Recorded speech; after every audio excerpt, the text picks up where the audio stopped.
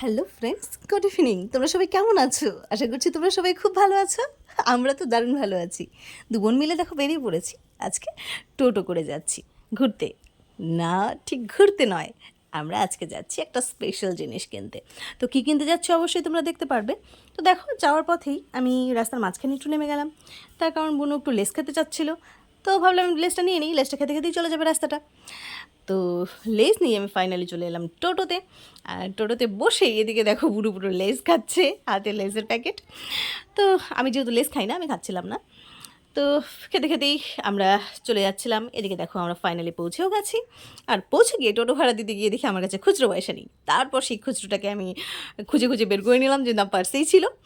খুচরোটাকে দিয়ে দিয়ে এবার চলে এসেছি সেই দোকানের সামনে, যে দোকানে আমরা যেতে চাইছিলাম।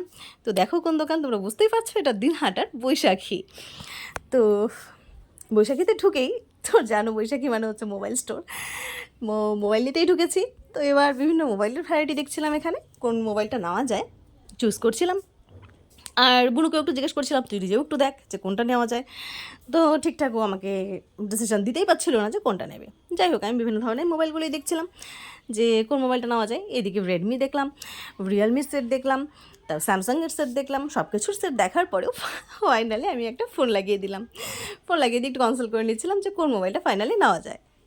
তো শেষমেশ আমরা যে ফোনটা নেব বলে ঠিক করলাম, তো সেটা হচ্ছে আইফোন।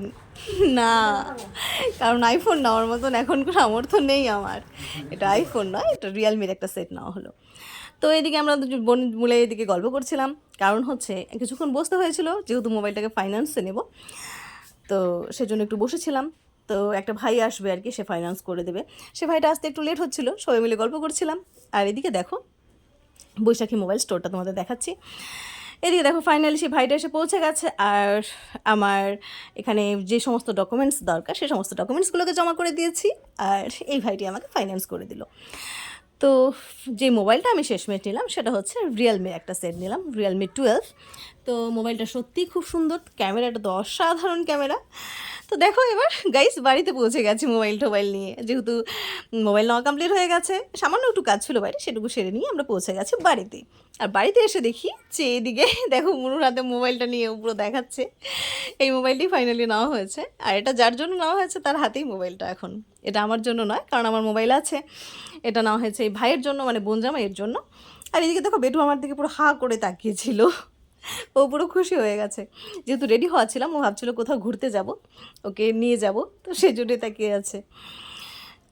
আমাকে ধরতে আসছিল রীতিমতো, আর আমার চাবিটাকে নিয়েও আটকে রেখেছে, আমাকে ও বাড়ি আসতে দেবে না জন্য। এদিকে বেটুকে একটু আদর করে দিয়েই আমি বাড়ির দিকে চলে যাব এখনই। তার কারণ সন্ধ্যা হয়ে গেছে, এখন মেয়েকে একটু পড়তে বসাতে হবে। তো গাইস, আজকের ভিডিওটা এখানেই শেষ করছি। টাটা।